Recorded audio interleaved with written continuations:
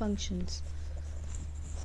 So we will cover the points: introduction to functions, types of function, elements of user defined functions, types of basic argument and return values, and method of calling a function.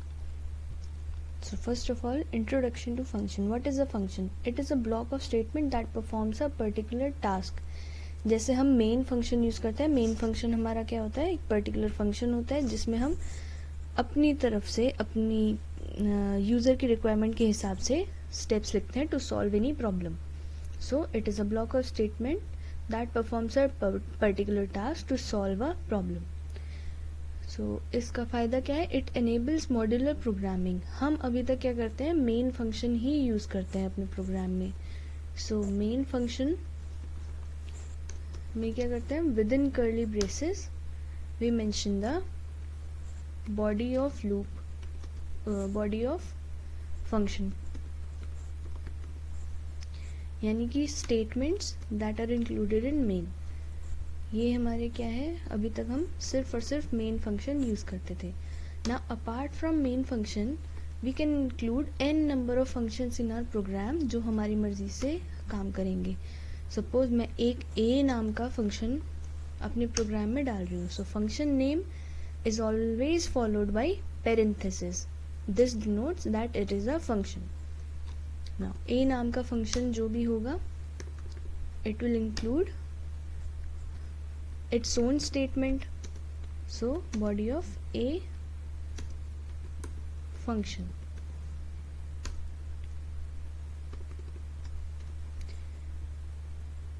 Then एक और function अगर आपको लेना है programme में, आप कितने भी n नंबर ऑफ फंक्शंस अपने प्रोग्राम में ले सकते हैं, एंड इट में include n number of statements performing a particular task.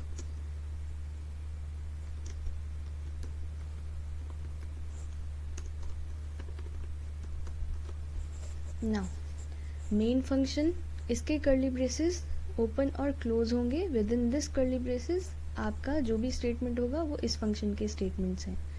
Then एक ए फंक्शन है, इसके अलग कर्ली ब्रेसेस हैं.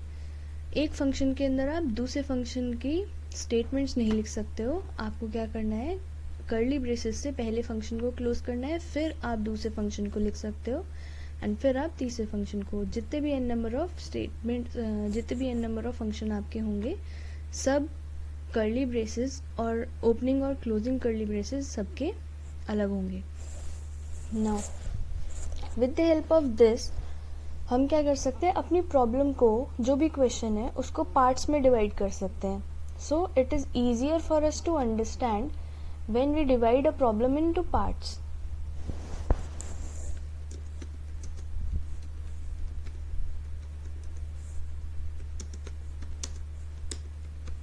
Understand a problem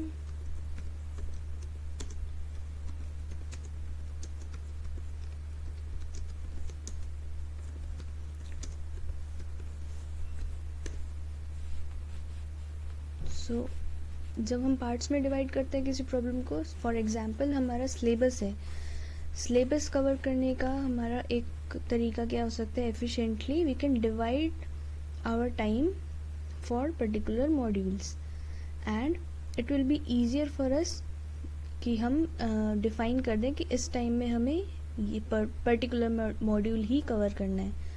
so that will be more efficient and easy to understand how to divide my time, limited time. So it enables modular programming. अब main function क्या होता है, it is a driver function. It is a specially recognized function जो program में होना ज़रूरी है,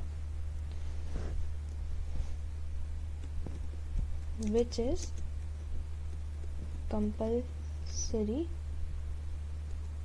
to be written in a program.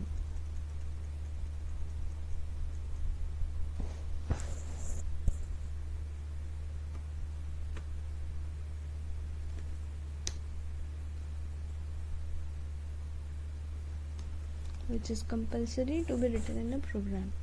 Now, it has predefined prototype. Same function can be accessed from different places within a program.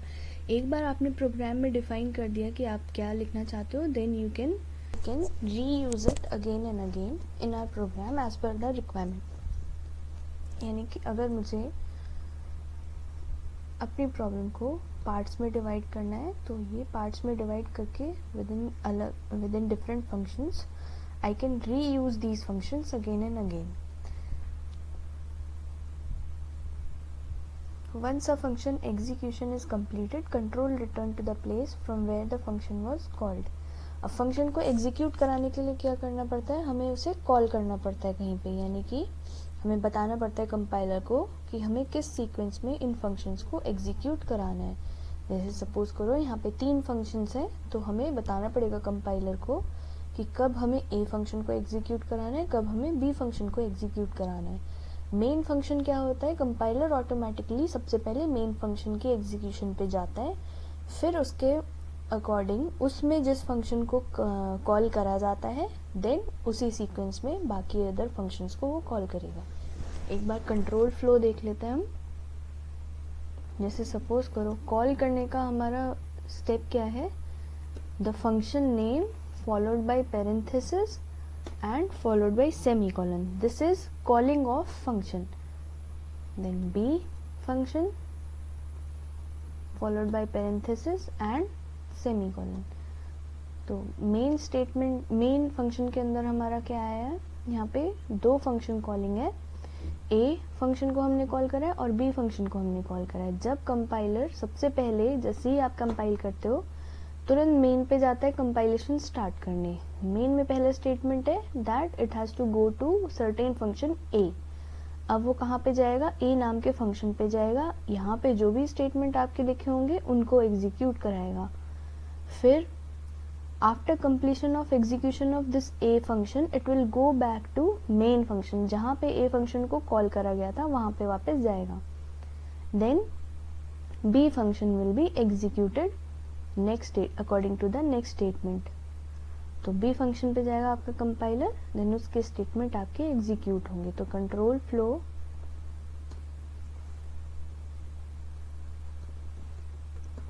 Flow of functions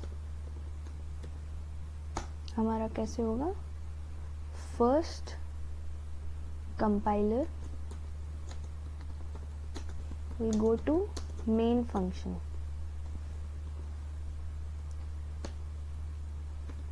second आपका क्या होगा, जैसे ही main function में आपका पहला स्टेटमेंट है to execute function A.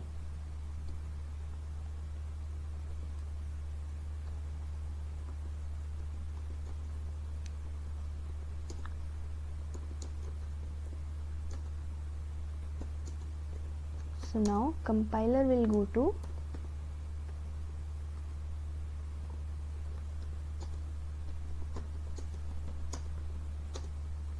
a function for execution. Then after that third step क्या होगा, after executing all statements in a function it will go back to main function।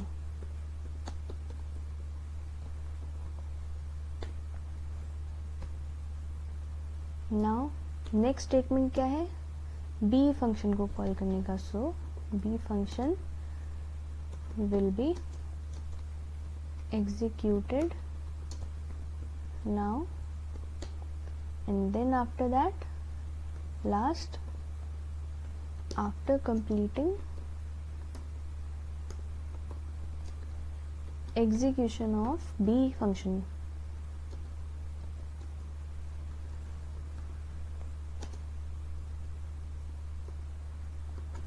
compiler will go back to now main function।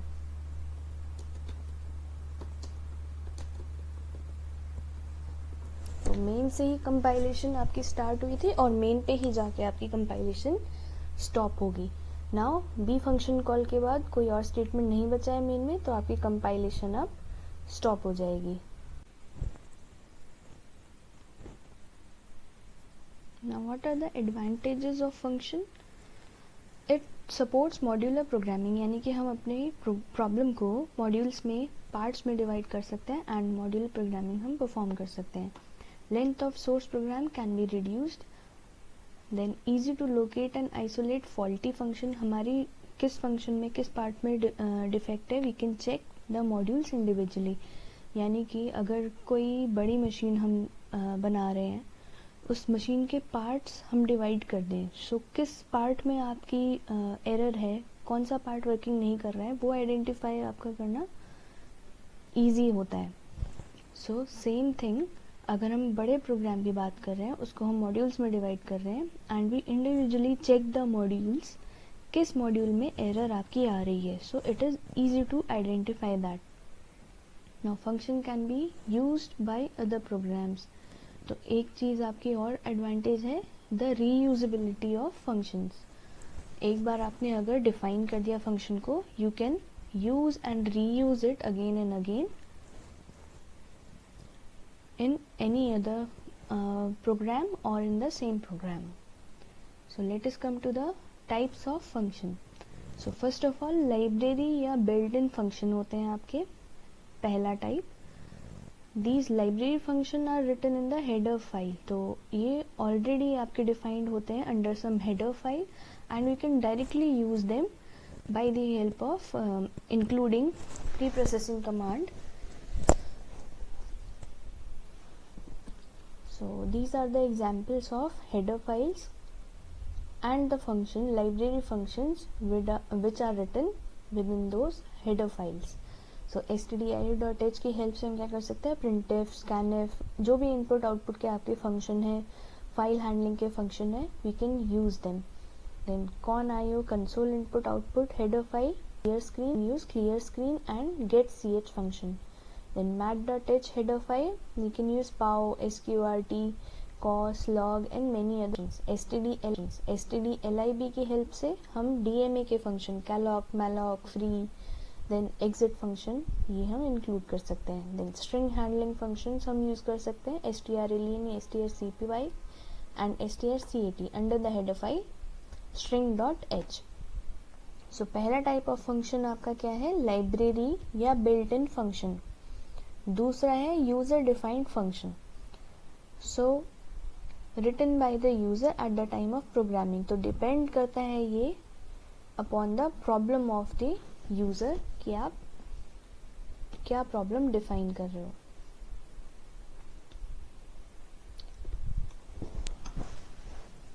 Now is main a user defined function?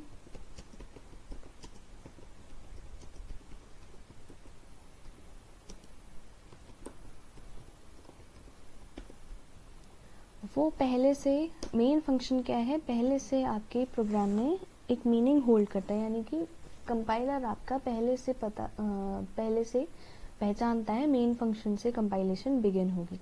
So it is a specially recognised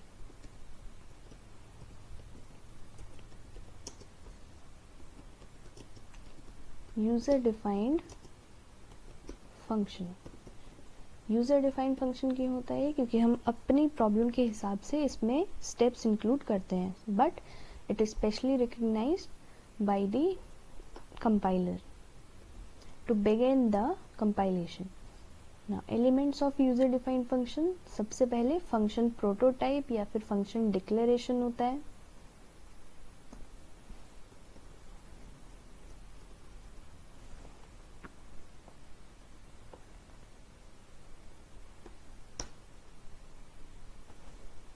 then function call, then function arguments and parameter and function definition. now चार type के आपके यहाँ पे elements होते हैं user defined function के. First of all function prototype और definition, then function call, function argument and function definition. तो एक एक करके हम इनको एलैबोरेट स्टडी करेंगे. सब first of all function prototype. So before using any function in our program we have to declare it first, यानी कि हमें कंपाइलर को सबसे पहले बताना पड़ता है कि इस नाम का फंक्शन हमारे प्रोग्राम में आएगा, इसमें किस टाइप का आउटपुट आपको मिल सकता है और किस टाइप का इनपुट इसमें आप प्रोवाइड करोगे. So for telling this we have a syntax for declaring a function. First of all we mention the return type, यानी कि किस टाइप का आउटपुट आपके फंक्शन से आएगा. Then name of the function which follows the same rules as the declaration of naming a variable, and the list of arguments. Arguments क्या है, हम क्या input provide कर रहे हैं. So in short if I write example int, अगर मैंने return type लिखा है हमारे function का,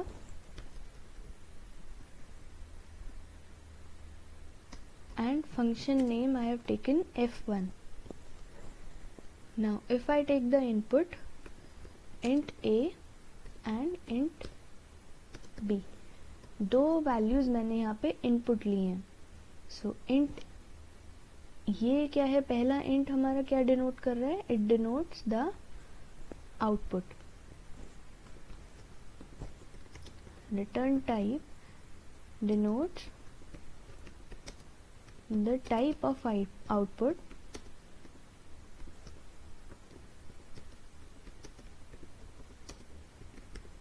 we will get from the function.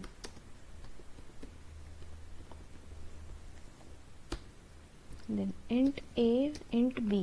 अब वेरिएबल डिक्लेयर जब हम करते हैं तो कॉमा लगा के बार बार हमें डेटा टाइप नहीं लिखना पड़ता, बट एज अ आर्ग्यूमेंट यहाँ पे हम जब वेरिएबल्स लिखते हैं किसी फंक्शन के पैरामीटर्स में, then we have to individually declare each and every variable. So int a comma int b are the input we will provide in the function f1.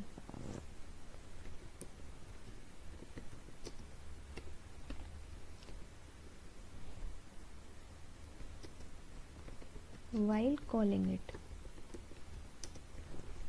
So function call हम जहाँ पे करेंगे वहाँ पे हम ये वैल्यू प्रोवाइड करेंगे अपने फंक्शन में int a और int b की. So this is the declaration of a function. First of all return type, then the function name and then the arguments, list of arguments. यहाँ पे मैंने दो लिए हैं, there can be n number of arguments in your program. It specify the type of value that is to be returned from the function and that is to be passed to the function. It is defined in the beginning before the function call is made. Syntax क्या है, first return type, the name of function and the list of argument within parenthesis followed by semicolon. Example हमने अभी लिया है यहाँ पे int sum नाम का, दो नंबर का sum हमें करना है तो दो values हमें provide करनी पड़ेंगी, int a and int b. Int is the return type of this function sum and int a and int b are parameter arguments or parameter used in the function, यानी कि जो हम input provide करेंगे इसमें. Next thing is function call. So आपका क्या हुआ, ये तो आपका क्या हुआ, डिक्लेरेशन हुआ. डिक्लेयर करेंगे हम इसको, यानी कि फंक्शन को, यानी कि कंपाइलर को बताएंगे कि इस नाम का function with these many parameters is going to come in our program. जैसे हम वेरिएबल पहले डिक्लेयर करते हैं यूज करने के, वैसे ही फंक्शन को भी डिक्लेयर करेंगे यूज करने से. देन फंक्शन कॉल, कोई भी फंक्शन तभी एग्जीक्यूट होगा जब हम उसको कॉल करेंगे. Without calling it won't execute. भले ही वो प्रोग्राम में लिखा हो, पर अगर वो कॉल नहीं करा गया है तो it won't execute. For example यहाँ पे हमने एक एग्जाम्पल लिया था, मेन फंक्शन के अंदर ए फंक्शन और बी फंक्शन को हमने एग्जीक्यूट कराया था यहाँ पे बाई कॉलिंग. अगर मैं यहाँ से बी फंक्शन की कॉल हटा दूँ, मेन फंक्शन हमारा रहा है. नाउ मेन फंक्शन है, मेन फंक्शन में ए फंक्शन को हमने कॉल करा है बट बी को हटा दिया, तो भले ही आपके प्रोग्राम में बी फंक्शन लिखा हुआ है but it won't execute because it is not called. So function call is very important for the execution of that function. It can be called by specifying name and list of arguments enclosed in the parenthesis and separated by comma. Then if there is no argument, empty parentheses are placed after function name. If function return a value, function call is written as assignment statement as follows. यानी कि अगर कोई integer value इससे वापस आ रही है, यानी कि फॉर एग्जाम्पल हमें सम ऑफ टू वैल्यूज निकालना है अगर, तो सम हमने हमारा फंक्शन का नाम है, then within that function आप पैरेंथेसिस में दो वैल्यूज पास करा रहे हो, एक्स और वाई हमारे वेरिएबल हैं. नाउ सम फंक्शन में जो भी ऑपरेशन होगा उससे अगर वैल्यू रिटर्न होके आ रही है, that will be saved in that variable A. Now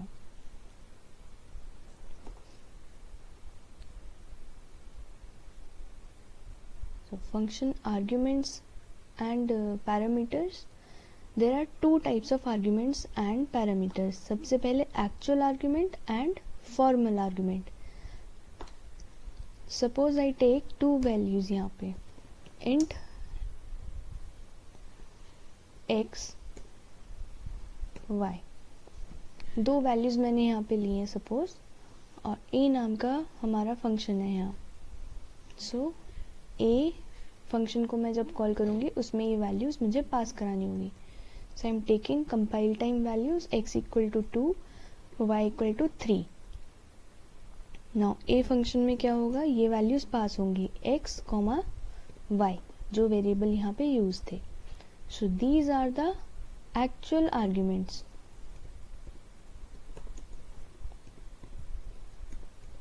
यानी कि ओरिजिनल आर्ग्यूमेंट्स या फिर actual parameters.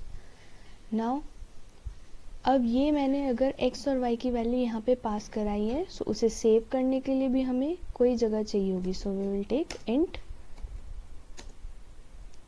We can take another variable suppose m and int n. दो वेरिएबल ले लिए हैं मैंने यहाँ पे. सो m में क्या होगा, x की वैल्यू सेव हो जाएगी और n में y की वैल्यू सेव हो जाएगी. These are the formal arguments.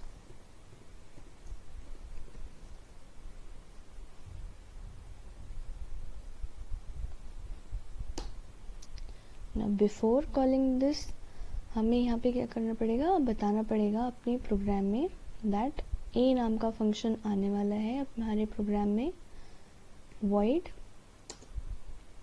a followed by parenthesis and within parenthesis हमें दो आर्ग्यूमेंट यहाँ पे लिखने हैं. सो int m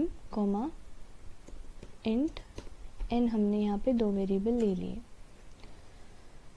so we have to declare first कि हमारे प्रोग्राम में कौन कौन से फंक्शन आने वाले हैं. तो a नाम का एक फंक्शन आएगा जिसमें दो वैल्यूज हम पास कराएंगे, int इंटीजर टाइप की. So in the declaration we can skip naming the arguments. अगर मैंने आर्ग्यूमेंट्स का नाम लिखा है तो भी सही है, अगर नहीं लिखा तो भी सही है. This is also correct.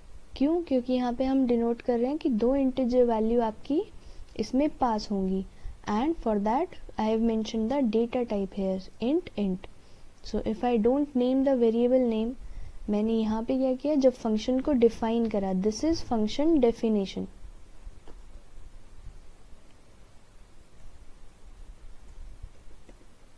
This is function definition.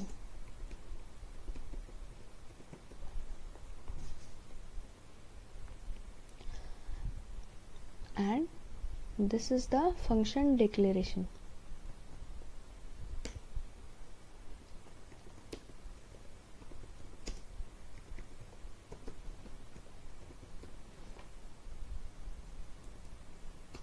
सबसे पहले फंक्शन को डिक्लेयर करेंगे, देन मेन फंक्शन को हमें अलग से डिक्लेयर करने की ज़रूरत नहीं है. And then this is the function calling.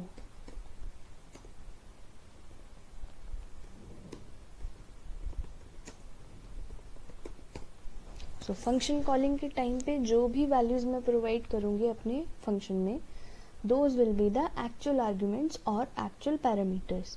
अब ये वैल्यूज कहाँ पे कॉपी होंगी, जहाँ पे फंक्शन हमने डिफाइन करा होगा वहाँ पे जो वेरिएबल्स हैं, यहाँ पे int m और int n, so these will be the copy of x and y. m में x की वैल्यू कॉपी हो जाएगी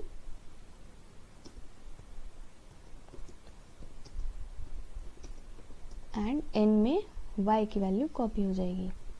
So these are copy of actual arguments. So एक आपके एक्चुअल आर्ग्यूमेंट होते हैं जो फंक्शन कॉलिंग के टाइम पे आप प्रोवाइड करते हो, एंड दूसरे आपके फॉर्मल आर्ग्यूमेंट होते हैं जो फंक्शन डेफिनेशन के टाइम पे आप यहाँ पे मेंशन करते हो. x की वैल्यू m में जाएगी और y की वैल्यू n में जाएगी. These will be copied to these variable of formal arguments. Now let us come to the actual arguments are also called actual parameters. These arguments are written within parentheses at the time of function call. They are original input values passed to the called function. यहाँ पे called function क्या था, a में हम पास कर रहे थे. Then formal argument. Formal argument are also called formal parameters.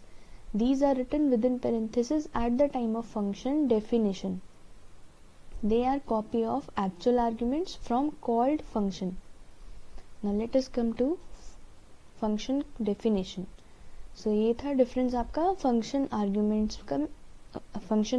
का जिसमें एक्चुअल आर्ग्यूमेंट और फॉर्मल आर्ग्यूमेंट आपके होते हैं. ना function definition, it is the independent program module जो किसी पर्टिकुलर टास्क को परफॉर्म कर रहा है. It is written to specify the particular task that is to be performed by the function. The first line of function is called function declarator and rest line inside curly braces is called function body.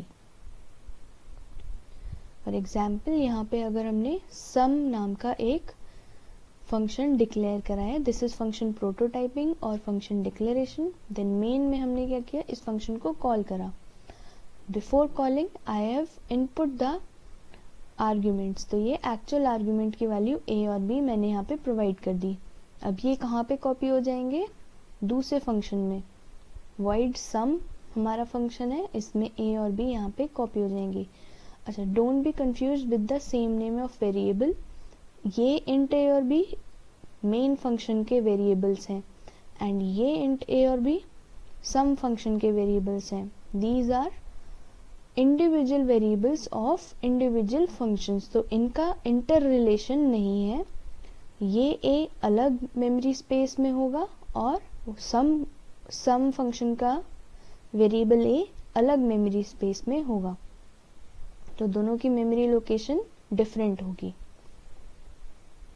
Now printf statement में हमने क्या किया, सम यहाँ पे print करा दिया इससे. So after this function is called, ये एग्जीक्यूट होगा और सम प्रिंट हो जाएगा. सो this is the function definition कि इसमें क्या स्टेप आप इंक्लूड करना चाहते हो. Now next is return statement. It is the last statement of the function that returns certain value. It returns certain type of values to the place from where the function was invoked. Return statement क्या होता है, हमारे किसी भी function में आप return करा सकते हो वैल्यू एज एन आउटपुट. सो एक फंक्शन में क्या करोगे, सिर्फ एक ही आप रिटर्न स्टेटमेंट लिख सकते हो. Now, there can be only one return statement to be executed in a function. The compiler ends the execution of function on encountering return statement. जैसे ही return statement आप लिखते हो प्रोग्राम में, वहीं पे फंक्शन का एग्जीक्यूशन क्या हो जाता है, स्टॉप हो जाता है. इसकी हेल्प से हम क्या कर सकते हैं, एक वैल्यू जो in the form of variable हो या कांस्टेंट हो, उसको हम रिटर्न कर सकते हैं जहाँ पे हमने फंक्शन कॉल किया होगा. फॉर एग्जाम्पल, अगर मैं यहाँ पे with in this function if I right same thing return, या तो यहाँ पे हम रिटर्न स्टेटमेंट के साथ एक्सप्रेशन लिख सकते हैं या constant value, return m plus n. ये क्या करा, मैंने एक्सप्रेशन लिख दिया है, return m plus n expression लिखा है टू बी रिटर्न्ड। सो ये कहाँ पे रिटर्न होगा, जहाँ पे ये फंक्शन कॉल करा गया है, दैट इज मेन फंक्शन के अंदर। तो यहाँ पे एक इंटीजर टाइप की वैल्यू रिटर्न होने जा रही है। So first we mention the return type as int before function. यहाँ पे भी डिक्लेरेशन के टाइम पे भी we mention the return type as int, क्योंकि एक इंटीजर वैल्यू इस फंक्शन ए से रिटर्न होके वापस जाएगी जहाँ पे भी फंक्शन कॉल हम करेंगे। सो इंटीजर वैल्यू रिटर्न टाइप हमने लिख दिया। Now this value will be returned here. तो इसको स्टोर कराने के लिए भी आपके पास कोई इंटीजर वेरिएबल होना चाहिए। अगर कोई इंटीजर वैल्यू रिटर्न होके आ रही है, उसको स्टोर कराने के लिए भी कोई जगह होनी चाहिए। यानी कि यहाँ पे फंक्शन कॉल जब मैंने किया तो फंक्शन कॉल से एक वैल्यू वापस आएगी। वो वैल्यू क्या होगी, सम की वैल्यू होगी 2 + 3 की। सो पहले 2 कॉपी हुआ m में, 3 कॉपी हुआ n में। नाउ ये दोनों ऐड हो गए और वापस चले गए मेन में, जहाँ पे a फंक्शन को कॉल करा गया था। अब यहाँ पे 5 वैल्यू स्टोर कराने के लिए भी आपके पास एक वेरिएबल होना चाहिए, ताकि ये जो वैल्यू रिटर्न होके 5 आई है वो कहीं मेमोरी में स्टोर हो सके। So this value will require a variable of the same type as the return type of the function. So एक प्रोग्राम में एक फंक्शन में आप क्या कर सकते हो, सिर्फ सिंगल रिटर्न स्टेटमेंट लिख सकते हो। जैसे ही कंपाइलर इसे एनकाउंटर करेगा, तुरंत इस फंक्शन का एग्जीक्यूशन क्या कर देगा, स्टॉप कर देगा मेन, और जहाँ पे भी ये कॉल करा गया था वहाँ पे वापस चला जाएगा।